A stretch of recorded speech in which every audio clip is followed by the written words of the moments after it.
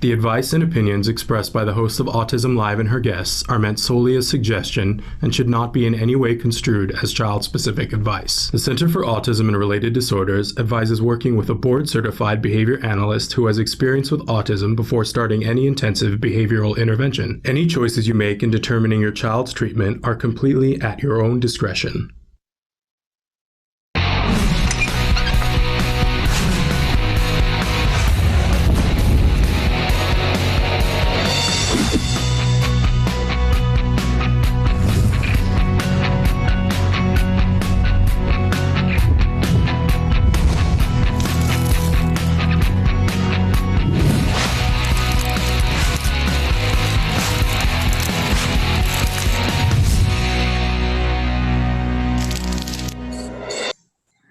Good morning and welcome to Autism Live. I'm Shannon Penrod. It's Wednesday, so you can see that next to me, I have Dr. Doreen Graham-Pichet. What a thrill it is to have her here for Ask Dr. Doreen. And you look beautiful in your blue this morning. So thrilled to have you here. Thank you so much. You know, in this format, it's kind of hysterical. And we sort of have chosen, a couple of times we did it like, you know, and it just sort of happened and we weren't sure what was happening, where you could see us as we were going through the opener. And then, I don't know, I just sort of like it. It feels like that, you know, sometimes on Saturday Night Live, they play just a couple of seconds of the person saying before, we're getting ready to go live. I sort of like that. So, and many of you have written in and said that you like it. I do a little dance when they play the song, and I do that all the time. So anyway, we hope that you enjoy that. Sometimes it's us going, what's happening? Because we don't, you know, there's all the ways that we get live here. But thrilled to be here with you. We're coming to you live from many locations. I'm at home, Dr. Graham-Pichet is at home, and our producer is at home. That social distancing thing that we're all doing. But we're really excited. This is a big week at Autism Live, and I love that Dr. Graham-Pichet is at the center of all of it. And it's a wonderful opportunity for you to get your questions answered by her, because she is this amazing, I believe, the preeminent expert in the field of autism. And she's a visionary. I've known her for many years now, and I do believe that she has the ability to see around corners. And in this era, like, you know, how incredible to have somebody who can see sort of ahead. Although nobody knew this, right? None of us could see this. But thrilled that she is here and she's going to be answering your questions. We do give the disclaimer that there is no expert in any field that could give individual specific advice in this format. So please write in details, as many details as possible. And then what we will do is take a tour of Dr. Graham-Pichet's lovely, beautiful mind, and she will tell us what she knows on that subject. But then you need to take that information and go back to the expert who has eyes on the situation to be able to figure out what to do next. But we know, because you guys have written in and told us, that it helps to have a wider understanding of, you know, maybe even what question to ask next, right? So this show is live. We are live right now on Twitter, on Facebook, on YouTube, and Periscope. And we are live on our homepage, autism-live.com. We hope that you will check us out there. I know yesterday, Dr. Graham-Pichet, we had Dr. Temple Grandin on, and Facebook was not our friend. And we could not get the show up live on Facebook. So many of you, and we were posting everywhere saying, come over and watch us on YouTube. We did rebroadcast later on in the day on Facebook. But, you know, it's like this internet that we are all leaning into. Sometimes there are just 8 more people than can fit on the boat, and then they start kicking off things. It just, who knew that the internet had a limit? But apparently it does. So in any case, I said to Dr. Grandin, I said, well, we broke Facebook. But we were able to get it later on in the day. So if you missed it, you guys check it out there. But we're on Facebook today, and I'm really excited about that. So, and by the way, we podcast to so many different places, and Love for you guys to watch us on iTunes. It's a free download. You can do it with just the sound if you want to take us for a walk, or, you know, get on your elliptical and listen to us, or you can get the picture and sound. We're also on iHeartRadio, on Deezer. What else? Traven's got it all right there. I always forget Spotify. I don't know why Spotify. It's not that I don't have love for Spotify. I do, but I forget because it's so cool that we're on Spotify. But don't forget autism-live.com, and you can write in on the bottom. I'm going to show you. I'm going to sneak and show you that I have an iPad right here that shows me when you guys write in on the live feature. So don't be afraid to write in on the live feature. It's free. It's anonymous, and I can see when you guys write in. So, Dr. Granpeesheh, welcome. Are we ready to take some questions? Yeah, absolutely. And I'm so sorry that I also missed your show with Temple Grandin yesterday. I would have loved to see that, but I heard that it was a wonderful show anyway. So thank you. It was. And it's available. Let you down, that's okay. You know, I'm sorry, what? I said, even if Facebook let you down, it's okay. I have to tell you though, Shannon, we also had a lot of different kind of internet related issues yesterday. So I think yesterday something was going on. Our whole area went dark for a while. Wow.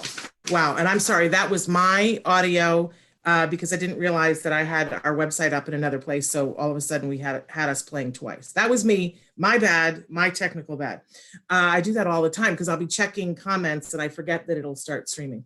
But I do want to tell people you can still go back and watch that Temple Grandin. And of course, we're here live today. Tomorrow, Kobe Bird from that hit show Lock and Key is with us. And then on Friday, we have Temple Grandin's mom. Eustacia Cutler is going to be here. And I know, like, we're going to try not to break the internet again. But, you know, if we do, we do. All right. But so thrilled that Dr. Granpeesheh is here with us because I just want to say that she is one of the most remarkable people that I have ever had the opportunity to know in my life. And, you know, we all know that I love the Center for Autism and Related Disorders card because they gave me back my child. And I don't know how else to put that. And I know that there are a lot of people who don't understand what that means, but there are many people who are watching who do. And I just want to say that it's because of this woman that how many years ago did you decide that you were going to devote your life to autism and to help people? It's way more many years than anybody would believe. It's 40 years ago, is it not? Yeah, it's actually 42 years ago. First of all, thank you so much, Shannon. You're always very kind to me and you say the nicest things. I really appreciate that. But yeah, I got involved in the field 42 years ago. And of course, then 12 years later, opened CARD, which means it's CARD's 30th this year. Which is amazing. And, you know, I've been there at CARD at first as a mother of a client, and now, you know, working with CARD because I believe so much in the mission of what they do. And because I believe so much in the mission that this woman started us all on. So I just want to say thank you to her. And every day that I spend with my child and he crests another hurdle, you know, I literally had a moment yesterday where I was just like gloom and doom. And I was like, you know, this is just terrible. This socialization is just absolutely horrible because my son is supposed to be taking the SATs and this is the semester in which he gets ready and writes his college essay. And how could, and I went, oh my gosh, like get your gratitude on, girl. There, you know, a good solid 14 years ago, I sat in a doctor's office and cried and thought, my child will never be able to say, I love you, Mom. How about if I just like grab a whoopee and go, yes, this is difficult because he's not taking the SATs. How lucky am I? But it's because of this woman and the vision that she had and the fact that she taught that to other people. So I just wanted to say that. All right. Very nice. Can I just say that I just saw a video clip that you had made with your wonderful son, and it brought me to tears. Every couple of years when I see him, or every year or so when I see him, it just amazes me. He's just developed into such a beautiful, lovely human being, so sharp and smart, and yet kind and empathetic, and just like, oh, I love the boy. It's amazing. Well, let me just say to you that your hand Your handprint is on his heart. Thank you. Thank you. All right, now I have to mop down. Okay. And he's a wonderful person, but your handprint is on his heart. Okay. But we want to be able to help all of you to get to what you need, because I do feel incredibly lucky, but that's, we want to help you. So we're going to move on to questions. We've had a mom writing to us the last couple of days, and I don't know if this is on your list because I sent you new questions just a little while ago. We were chatting earlier this morning that she is looking for help with her 6-year-old daughter that she's trying to potty train. She said that she felt that she had tried everything, and I wrote back to her, Dr. Grampuchet, and I said, are you familiar with the Fox and Azrin method? And she said, no. I've never heard of it. And of course, I wanted to leap through my phone to hug her, because I know that sometimes as a parent, we feel like I have literally tried everything. But I was saying to her, you literally have tried everything except the one thing known to work, the Fox and Azrin method. But she did write back in and say to me, I've tried repeatedly taking her to the potty. This is a 6-year-old. She refuses to go in the toilet. She will hold it until she has a pull-up on. And she said, would you please talk about this on the air? And I said, we will do our level best. So here you go, Dr. Grampuchet. What can you do to help this mom who's at her wit's end? Yeah, absolutely. First of all, deep breath, and I don't want you to get involved with something that is going to take a few days when you're at this level of stress. Like, I really just kind of would suggest that you just let it go for a few days. Don't worry about it at all. And let's direct you to a few places that you can read up and learn more about the Fox and Azrin procedure. We also have several shows where we've talked about this, and I believe a pretty in-depth training that Dr. Sienna Greener-Wooten did for us on Autism Live. So I'm sure Shannon will refer you to those. But let me just back up real quick and say, we often try to do things with our kids the way that we would do it with any other child or a typical child, and it doesn't work. And then we become very frustrated. And don't get frustrated. It's really just a matter of following a different set of procedures. And it's kind of, think about it as a different language, where once you start talking the right language, your child will actually get it and it will work. So with potty training, it's a pretty sensitive subject, and the more you push and the more you become kind of combative with your child, it takes longer, and your child will become a little bit more defensive, and it'll become harder to do. So back off a little bit from whatever you've been doing and just let her have the pull-ups for a little bit. Now, I do want to say that we actually published research several years ago, I don't remember when now, but that showed that pull-ups themselves prolong the potty training procedure. So when a child is going back and forth between pull-ups, it becomes a little bit more confusing. Just having a pull-up or a diaper or something on gives the child a signal that it's okay to go ahead and pee in their pull-ups. So when you start the procedure, you'll go through a whole different series of steps. But I'll very, very quickly tell you kind of how this works. You'll need a few days, and you'll need help. So you'll need friends or people who can come in and help you, because the procedure is not one where you can practice it for an hour and stop. It's pretty much the whole day for about 3 days. And you'll need people to come in and like help you take shifts, right? And you will make a bathroom, you'll take a bathroom and make it a wonderful, wonderful place to be.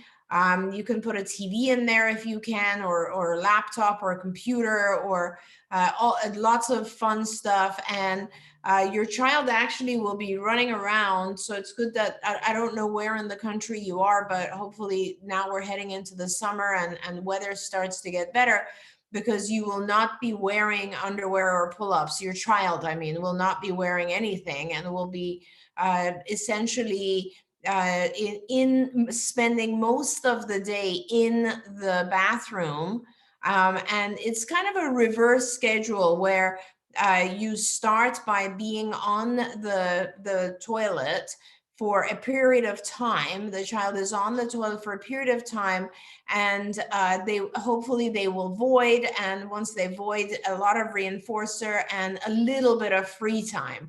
And then they go back on. So you start with much more time on the potty than off the potty. And during the course of the day or 2 days, you gradually reverse that, so that eventually by the end of the second day or third day, you get to where you are on a 15-minute go to the bathroom schedule, or maybe even a 30-minute go to the bathroom schedule if that's possible. But in order to make it successful, you'll do a little bit of prep, where you'll be giving your child a lot to drink and some salty foods the day before, so that they actually want to drink. Now, all of this type of detail is in the Fox and Azrin protocol. So instead of just kind of jumping around here, I will refer you to some of the shows where we've gone through great detail on this. And I really tell you, it is very successful. Please don't be discouraged. Stop, take a breath right now, read the procedure, watch the videos, and then when you start back up, make sure you have some friends or people who can help you. Absolutely. Thank you so much for that, Dr. Grampiche. And I just want to say, we did a video right before all of this COVID stuff. We went into the studio and we did a couple of videos, one on feeding, one on sleep, and one on the Fox and Azrin method for potty training with Cecilia Knight and Jen Yakos. And we are getting ready to release those videos. It'll probably be next week. And it's intensive, explaining what the Fox and Azrin thing is. It's the two of them, and I sit with them, and occasionally I say something funny, because what do I know? But it was very fun filming with them. They're two incredible people, and we should have that out to you guys next week. But there are tons of videos right now. autism-live.com. Go there, check those out. Just put in potty training, and a bunch of things will come up, including that one with Dr. Sienna Greener-Wooten. Hey, I'm going to come to a question in a few minutes from somebody who's been writing in under the name Love Life. And I just want to give you a chance to answer before we get to your question. I want to know, because I know Dr. Grampiche is going to want to know, is your child making any sounds, making any vocal productions, so that we can get to that. I also want to say that we have one mom who watches the show and interacts with us, Dr. Grampiche, who always says this is her Netflix. This is what she's doing during this. And she says, and when we started the show, she said, let's party. And we're thrilled that you're here with us. We're also saying hello to Swathi, who's watching, the mom of Siri. She says, hi, Dr. Doreen and Shannon. We're glad to have you here. We love her, and we love Siri, and I love the jewelry that Siri makes with her designs. But bless her heart, Mary was watching the opening, and I think she must be a new viewer, and she said, what is CARD? And Mary, like, hello and welcome.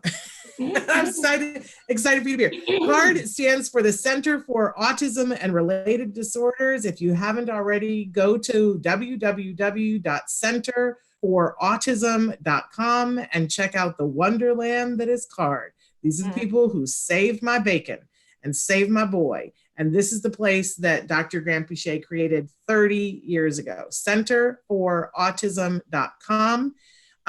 She can tell you all the wonderful things about it, but I can tell you that those of us who have kids who've gone through the program or are in the program, we have this phrase that we say, CARD, it's where miracles happen. So there you have it. And I got my miracle there, and they are all over the United States. So check them out. Centerforautism.com. They are still doing therapy right now. And they are still doing intakes right now. So, you know, have yourself some. Thank you. Sorry, Shannon. And Mary, we do applied behavior analysis. We do ABA, and we have clinics, as Shannon said, all over the country. And we have about, 360 or so behavior analysts, BCBAs, and who are supervisors, and somewhere around 6,000 or so behavior technicians or therapists who come to the homes and also do telehealth therapy. And when COVID-19 is over, we will also go back to providing services in our centers. So yeah, we'd love to hear from you, Mary. Amazing, amazing, amazing. Okay, I have a couple of questions that I promised that I would get to, and then I'm going to come back to this love life, but tell me if your child is able to make sounds or say any words. Okay, someone specifically asked, my son, 21 years old, was diagnosed also with Tourette's, and when he plays video games, he uses bad language and talks very loud. We don't use bad language, she says, and he seems not to even be aware of what he is saying. What do you recommend we do? Yeah, so this is, I don't know if, I can't tell from the email if the bad language he uses is due to the Tourette's, which obviously Tourette's, that's one of the symptoms of Tourette's, or if it is simply that the environment of the video game has bad language in it. So it could be either one, because, and also please remember that with Tourette's, anything that is high speed or high stress, or just basically a kind of an anxiety provoking activity can increase the utterances of profanity. And so, because a lot of those come out in stress. So if you see that essentially it's just like a very high level anxious type of video game, and that is increasing the effect of the Tourette's, you essentially have two options. You can either change the games and not allow those types of games that are high intensity, or you can talk to his physician and figure out what you can do from a medication perspective to help control this a little bit better. Now, if it's just that the actual activity on the video itself is uses bad language, and or sometimes there are other kids, other individuals or adults, I should say, on these programs when you're playing. A lot of times nowadays, the video games are multiple people talking to each other. And if that's where the bad language is occurring, he could be modeling, which basically makes it very important for him to not be involved with that type of game or that type of audience. So you kind of need to figure out what is the cause of it. Is it just, the Tourette's acting up due to stress, or is it the environment and the people and the video game itself? Either way, you can replace this activity with something else, but you just need to make sure that the other thing that you bring in is as rewarding to your son, and then it should be able to do. Yes, and I have to admit that, I appreciate that you don't use foul language, but I'm going to admit that it is my favorite hobby. That I can swear 3 Russian sailors underneath the table. I do enjoy a good swear word, and I know, judge me, feel free to do that. And my son is about to be 17 years old, and he plays those video games, and they all do. It is almost like it is their way of banging on drums. Yeah. I'm just going to say to you that the environment is there, and what we have done is cultivated and said to him, because what am I going to say to him? Because I use those words and he hears me using those words. And what I've said to him is, but I don't use them in certain circumstances. Like, I'm obviously not here with all of you and dropping F-bombs. Like, that would be inappropriate. And so we've sort of taken that tack with it. But I got to tell you, on those video games, it is all about that. Okay, I sort of feel like Sophie's Choice, because we have all these questions coming in all different ways, and I have to pick and choose. But I do appreciate that somebody wrote in on the live feature and said, hi, Shannon, I have a question for Dr. Doreen. Hope she will answer on today's live Q&A. My son is 3 years old. He has been diagnosed with autism in December of 2019 when he was 2 years and 9 months. We started ABA in February. My question to Dr. Doreen is, when do you know that ABA is working? I'm a desperate mom who wants my son to start communicating verbally. His ABA provider provides natural environment training, not DTT. This really bugs me since day one. She writes, is this the right choice for our son? And she says she is in Texas.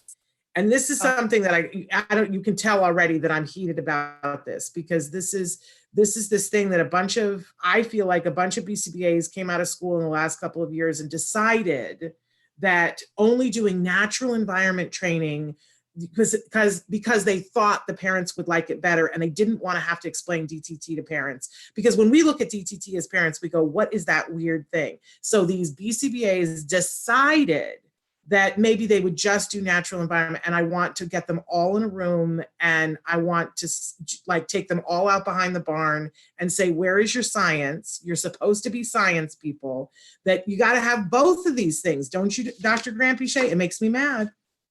Yeah, in fact, I just wrote that. You just gave me an idea, because I think I should talk to our clinical team, who's really underwater right now, and ask them to either do a literature review or actually do a comparison of the speed of acquisition between DTT and NET. So I just want to talk about that a little bit.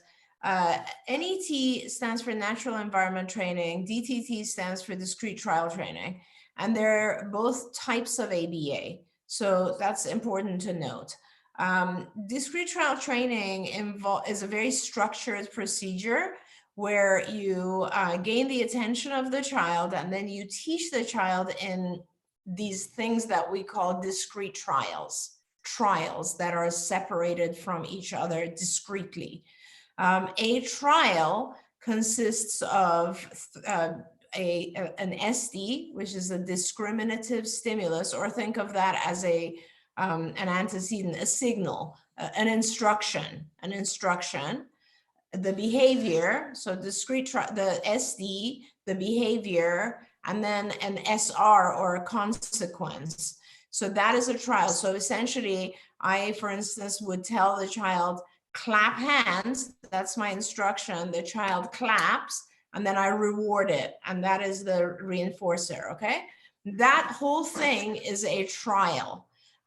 These trials have two other features associated with them. One is that there's prompts. So when a child doesn't know how to do something, you can model it or help the child in a variety of different ways. That's called a prompt. And then there's a particular period of time that's called the inter-trial interval, which occurs between each trial. And that differs per child. Some children like their trials to be pretty fast. Other children like it to be slower. When you're first starting, it's a little bit slower. When you get to a point where you're trying to practice fluency, then it's faster. All that aside, the whole concept of discrete trial training is that it is very structured like that, right?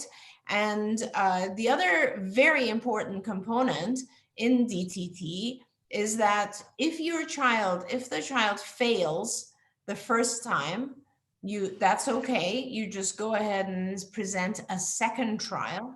And if they fail a second time, on the third trial, you must give a prompt or a model or some sort of help so that the child is successful and receives a reward. That's very important in DTT because it ensures that the child will be rewarded every third trial. Every 3 attempts, the child will receive a reward. And that's super important because in the beginning, as we all know, our kids kind of don't want to deal with this. They don't know what's going on. And of course, they might lose interest or attention. Another very important thing about discrete trial training is that the instructions that are given, that first part, are very short and they're very clear and concise. So for example, I wouldn't say, Joey, can you please clap your hands? I would say clap hands. Or in the very beginning, I might even say just clap. So it's kind of like when you teach a new language, you keep it to a very minimum number of words because the listener, the student, has an easier time of learning and paying attention to keywords, memorizing keywords as opposed to long sentences, which For our kids, you really have to think about them as they're not really comprehending the language. So we're trying to teach them a new language. So instructions need to be short. Now, let's put DTT aside for a minute and talk about NET. NET is natural environment training. Natural environment, and it is a form of ABA. It is much, much, much more loosely structured. There's very little structure to it, other than the fact that you still want to try to give an instruction, wait for a behavior to occur, and then when the behavior occurs, you reward it.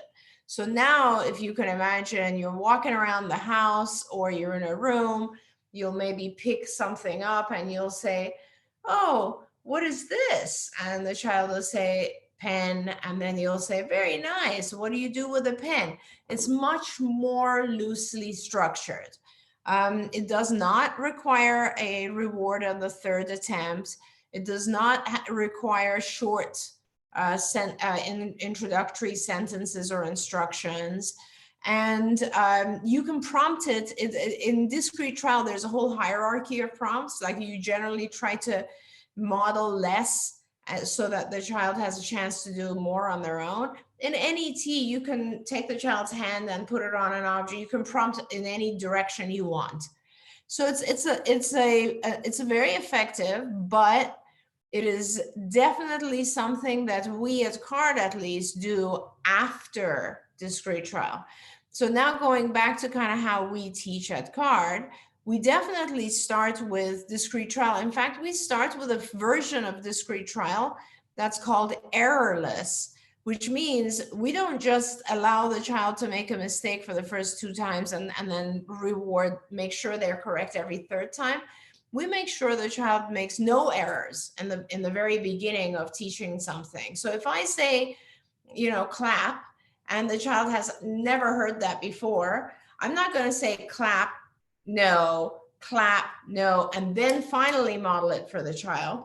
I would just model it from the very beginning, and I would reward the child every time, and then I would gradually take away my prompt, right? That way the child is very successful from the very beginning. And then we gradually go into discrete trial. The bulk of our first year of intervention with a 3-year-old would be discrete trial.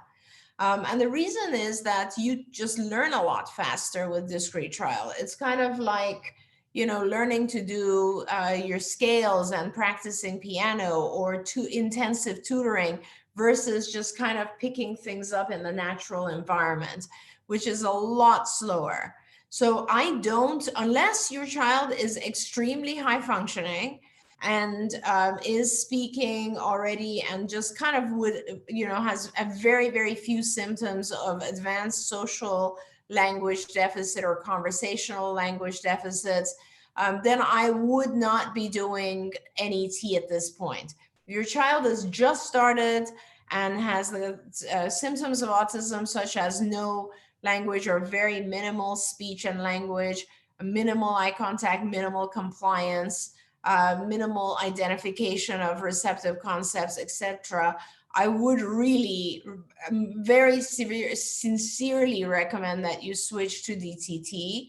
And then when things are mastered in discrete trial, they will go naturally or should naturally go into an NET format. So for us at CARD, we start with an errorless process, we go to DTT, and then we go to NET and fluency. And basically, we just want to make sure that everything that we teach in a discrete trial format is applicable to the natural environment and that the child is using it and interacting in the natural environment appropriately.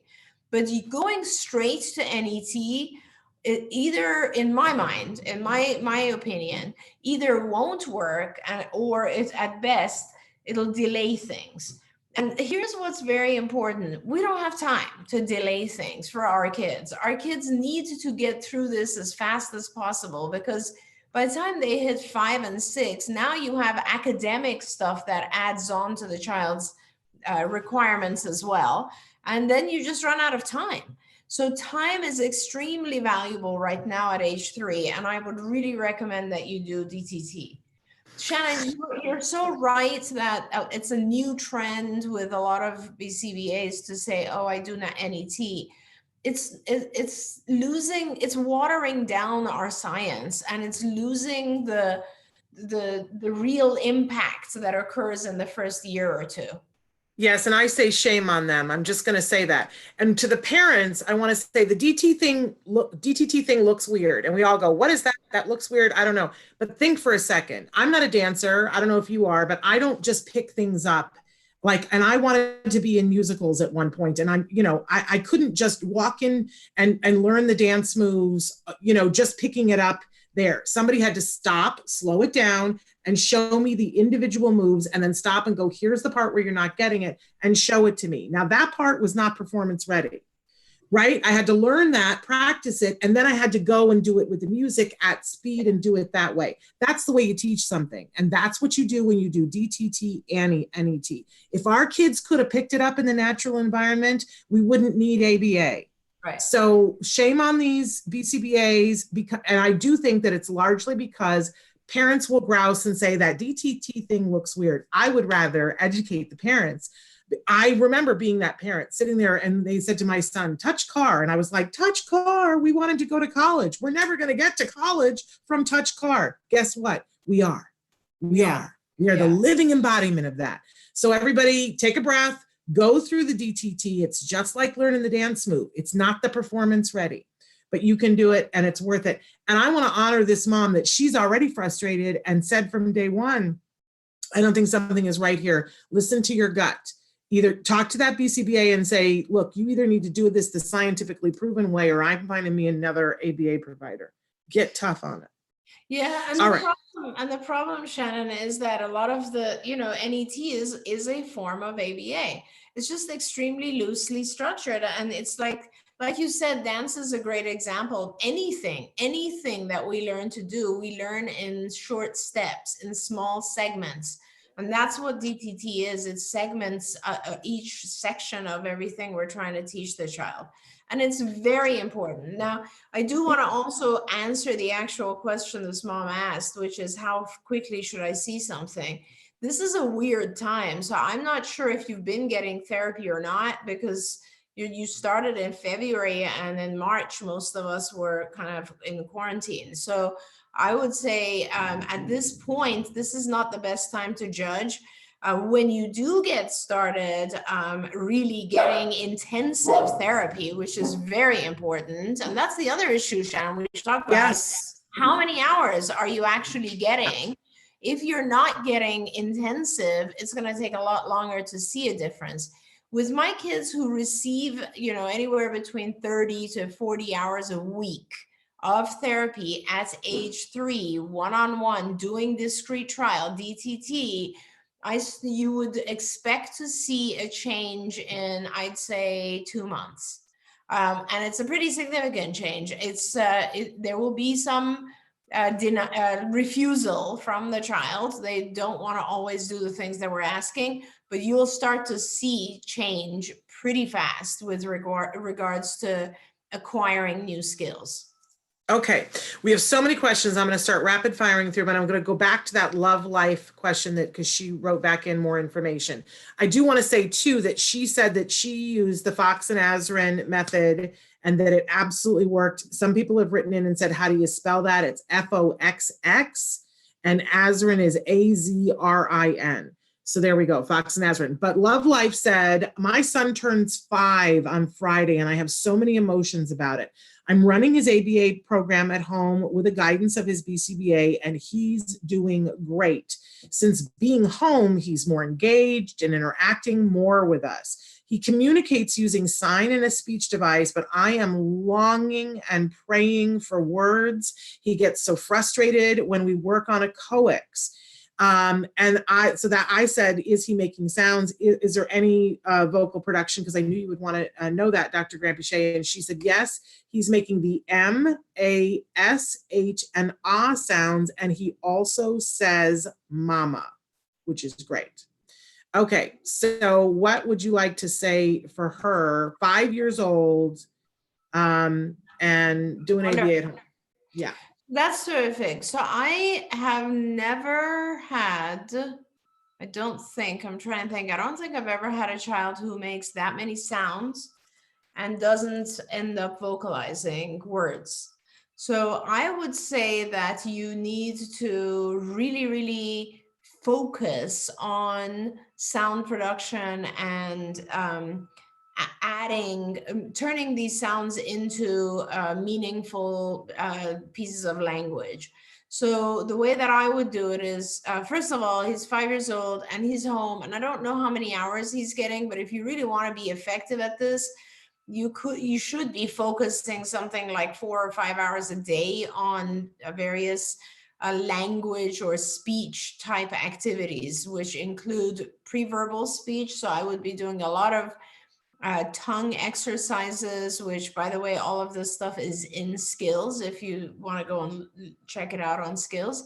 But I would be doing a lot of the pre-verbals are things like tongue exercises, movement of the tongue, chewing exercises, blowing types of activities, inhaling and blowing, because you need all of these types of things in order to make speech.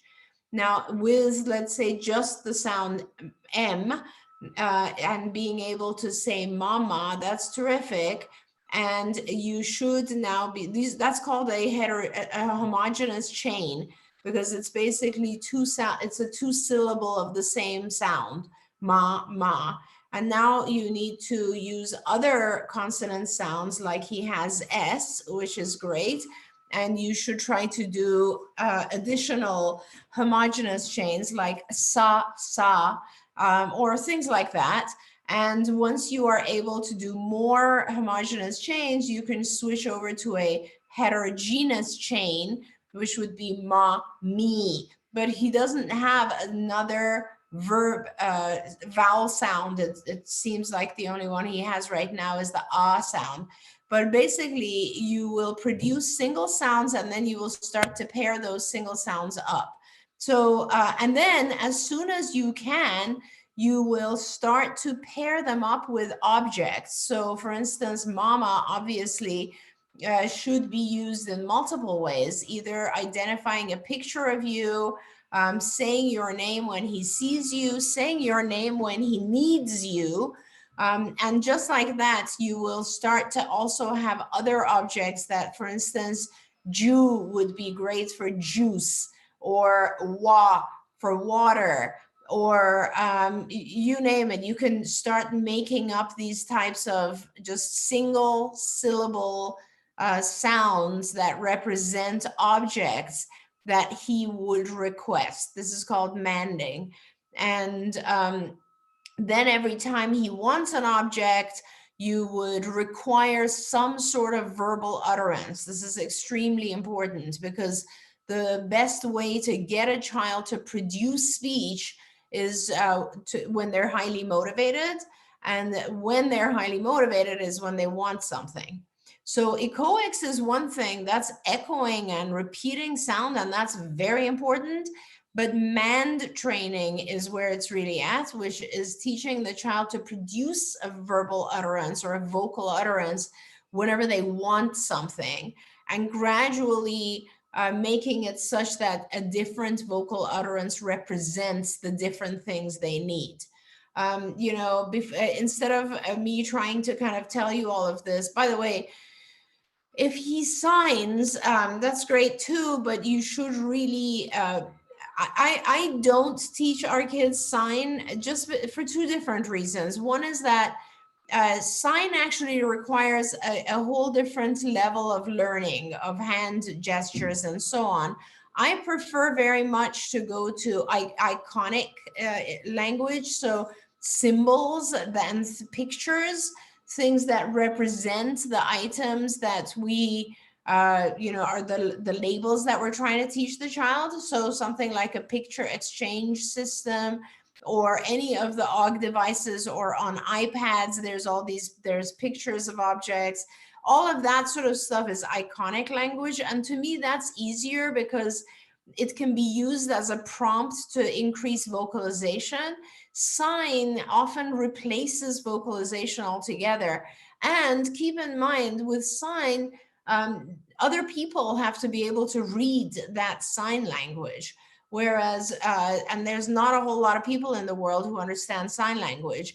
Whereas with an iconic system, it's readily available, even if the child does not ever develop vocal language, you still have the capability of showing an icon or having a phone or an iPad with the iconic system, so you can pull up, or an OGG device, so you can pull up the picture of the item they're asking for or the communication they're trying to make.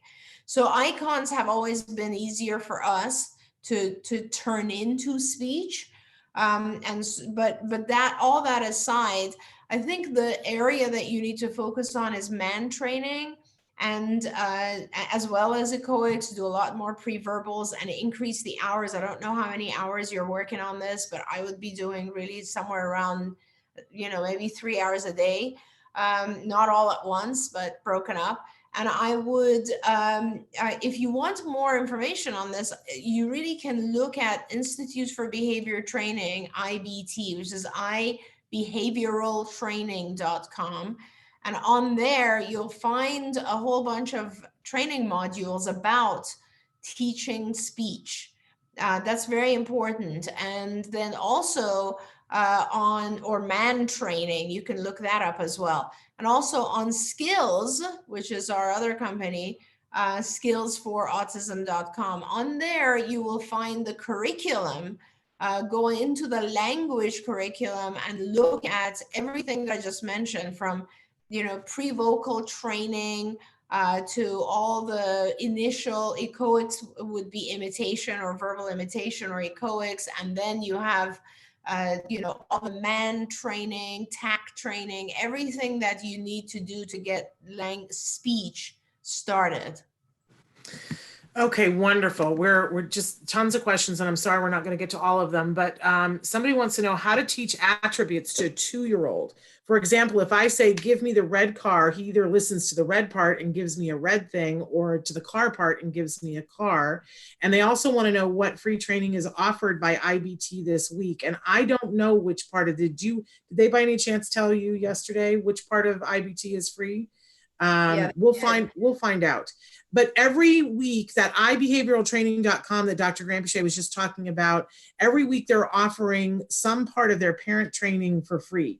If you go into ibehavioraltraining.com, and at the top there's a tab that says something about community, you click on that, then you click on caregivers, it takes you to the parents tab, and then you get to see all the trainings that they have for parents, and then it has a price associated with it. But every week they have a different segment that when you put it in the cart, and if you put in the code COVID, all capitals, it's case sensitive, COVID-19, has to be all capitals, -19.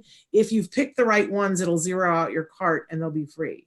But we'll find out which ones. I know last week it was, do you know? Sorry. Yeah, I do. So this week one is useful strategies for in the home, and the other one is overcoming challenging behaviors. Those are the two that are free, and they are rotating them. And actually, Shannon, I asked the folks at IBT yesterday to send you an email every week letting you know, so that you could also let your viewers know. Getting back to this question real quick, the issue that you're having is what we call discrimination training. And it's a very common issue. I wouldn't be scared by it. It's just that the child is over-selecting. They're listening to one or the other. There's a lot of different interventions for this, whether it's receptive, different types of things that you can try, or expressive, or it has a lot to do with how you prompt the child. What I would recommend is that you go to IBT, in the website we're just talking about, ibehavioraltraining.com, and just get the one module that's called discrimination training. And you'll learn everything you need to know about how to teach the child to discriminate, and to put these two things together. If you still have an issue, you need to give me a little bit more detail about how exactly is the instruction given, what are the stimuli that you're using, and how is are there any prompts involved, and what is the frequency with which the child responds to the color as opposed to the object, and was he fluent with both of those? Have you rotated, let's say, the color with other objects? Does the same thing happen? And so on. I have so many questions. That's why it's so much easier. It's so much easier if I get to observe a child doing something, then I know instinctively how to fix it. But Yes. it's hard when you just hear the problem. Yeah. But this is why you guys can go back and bring this to the expert who has eyes. And giving a shout out to a wonderful mom here, Elena, who says, my son is 5 and we're about to start ABA card in just a few weeks.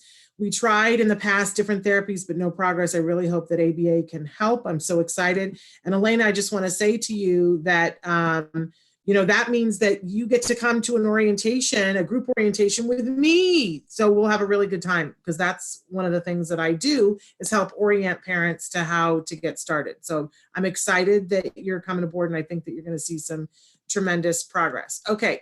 All right. So somebody says, my son is 3 and he has the same problem, although I don't know what that was referring to. He has a tantrum when coloring and when toys don't fit in a certain place. Oh, okay. So 1 sec, I'm just making a note to myself that I also need to guard the mission. Yeah. Okay. But I think I know what it was that she was referring to, because another person said, I have a question. I'm working with a child who shows a lot of inflexibility in his day-to-day activities. This includes getting upset and engaging in property destruction when he colors out of the lines of a page, or when a toy doesn't fit exactly where he wants it to. How can we work on flexibility? That's the one that she was saying her son is just like. There we go. Right. So like everything else, well, first of all, inflexibility has to do, in my mind, with increased anxiety, as well as, you know, just a desire for perfection, right? So some of our kids, and I often try to see the world from the perspective of our kids, we teach them so many rules, or we're trying to teach them so many rules, and they learn very quickly that they will be rewarded if things happen perfectly, right? Or the way that we would like it. And then they strive for that, and they try very hard to do things perfectly. And so they become very frustrated when things are not perfect. That's one thing. The other thing is, you know, they have control over so little to begin with, that when they can't fix something, it's twice as frustrating for them. A lot of our kids have increased heightened anxiety just because the world is harder for them to process. Like, it's not like they don't understand half the language that's going on around them. Stimuli are very intense for them. Sounds are intense for them. Shannon, you know, I always talk about the fact that it's a natural response to have a heightened level of anxiety if you have autism, just because it's so much harder to process the environment, right? Anxiety then leads to wanting to control things. Obsessive compulsive behavior is a form of anxiety. And so they start to develop these sort of obsessive behaviors, and they act out these compulsions or things that try to help them reduce the anxiety. Being able to do things in a perfect way, or having things in a certain order that must work, is a stress reducer. It's you know, it's something that helps us feel a little bit more safe. So that's kind of what's causing it. But on the other hand, the way that you deal with it, let's just talk about the one that both viewers wrote in, which is not being able to place a puzzle in, or getting frustrated when a puzzle doesn't go into or a piece doesn't go into the puzzle. So like everything else, you guys, you make it easier and reward more, and then gradually back off. So when your child starts doing that, hand over hand prompt him so that he doesn't have as many failures. Make it easier in multiple ways. Either you can hand over hand prompt it, or you can reduce the number of pieces so that really he only has one piece and one place to put it. Reward that and gradually fade yourself out. So next time, instead of fully prompting his hand into the location, then tap his finger a little bit, and next time maybe point to the location, or maybe help him turn it. Those types of things. Help more, prompt more, reward it, so that the activity gains more of a rewarding, reinforcing type of conditioning to it. And then gradually make it a little bit more difficult, give him more shapes, more pieces, and fade out a little bit gradually. I would not expect this to go away that quickly, because it is a form, it's kind of a reaction, I guess, of the child to trying to control their environment, trying to keep things in a certain order. By the way, it's very telling for kids who try to do that, because then it helps you identify other things that you can do in their environment to help them feel a little bit more safe. For example, picture schedules. For kids like this, it's always very helpful for them to know what's coming in their day. So give them a picture schedule, allow them to see what is the next activity. Maybe give them a drawer in the house where they can store their favorite items. Sometimes kids like this also like to hold on to objects or hoard objects. Deal with all the things that are inside that bubble of obsessiveness, the different behaviors that are also obsessive in nature. Try to give the child a sense of safety in other areas, or security, or routines. That's a big one. Having the child follow a routine helps them feel less anxious, so that when something as small as a puzzle not fitting doesn't happen, when it happens, that it doesn't cause a meltdown. So it's kind of a complicated response, but it's a lot of things to do with the child. Wonderful. And I've only got like 3 minutes left here, but I want to go to a question that came in from Australia from somebody who is studying to get their master's in ABA, and they're providing therapy. And the word is out. They've heard that CARD has figured out how to do telehealth and do it really well, and telehealth therapy even. And they would like some suggestions, because they're working with a child and they want to know, what is it that CARD is doing to engage, that they're finding it a little bit difficult. But I have just been amazed at what our CARD therapists have been able to achieve. I keep hearing from parents over and over and over again. In the beginning, the parents were like, I don't see how this is going to work, right? But now they are swearing by their telehealth therapy and saying that it's absolutely amazing. And the more therapists that I'm meeting, for our CARD families, we have a webinar at night that's just for CARD families. And last night, Dr. Granpeesheh, Sarah Niehoff was on there. She's the person who's been training all of the therapists. And she was going over some of the things training that they had in order to do this. And it blew all of our minds. We were so excited to see some of the things. It was very inspirational. But so for this person in Australia who's saying that, they're having a tough time of it, CARD has worked very hard to make this reinforcing for the kiddos and make it reinforcing for the families. We've only got a minute. Anything you want to say about our secret sauce? Yeah. So, it has a lot to do with just being more rewarding and more reinforcing, and that, our therapists have been very successful because they have been able to increase the drama and all the different activity that takes place, as well as simplifying. And I will say, Shannon, I'll be the first to say that it is not possible to do a lot of acquisition. So you can't do tough programming right now when really the goal is just to maintain the skills that the child had already learned.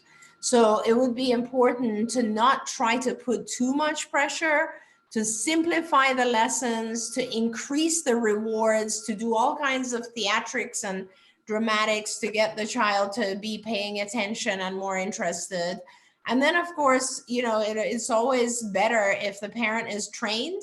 So spending a lot of the time right now training the parent would be very important as well. And once the parent feels really well trained, then they can help facilitate some of the telehealth therapy that takes place as well. Absolutely. So I just want to say to Mary, who's written in a couple of more times, who started saying, you know, what is CARD? She writes that she's in Georgia. There is a CARD office in Atlanta. So please, and for anybody else who's interested, go to centerforautism.com, go to the locations tab. You can either put in a zip code or a city, or you can put in a state, and it'll show you all the ones available.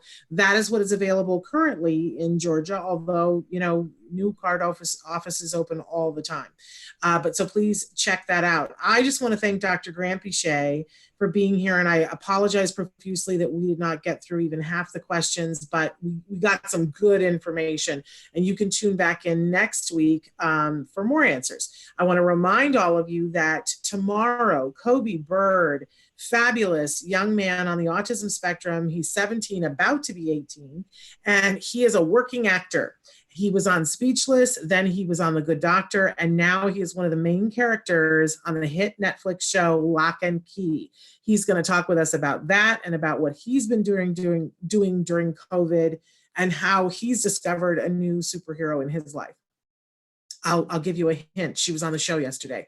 And then on Friday, for Let's Talk Autism with Shannon and Nancy, we've got the mother of all mothers. We've got Eustacia Cutler. She's going to be with us on Friday. She's got some really important things that she wants to share with autism parents. She is Temple Grandin's mother. That's why I say she's the mother of all mothers. And she says there's 4 things that we need to know to be able to help our kiddos to learn as much as possible. She's going to share that with us on Friday and then answer some of your questions. I've got room for a couple of more questions that I'm going over with her today. We're picking all the questions beforehand. Email me, s.penrod@autism-live.com, and tell me if you have a question that you want me to ask Eustacia Cutler. That's what's going on this week. Thank you, Dr. Granpeesheh. Thank you, all of you, for being here. We just appreciate you so much. And we'll be back tomorrow. Until then, give your kiddos a hug from me and one for you too. Bye-bye for now.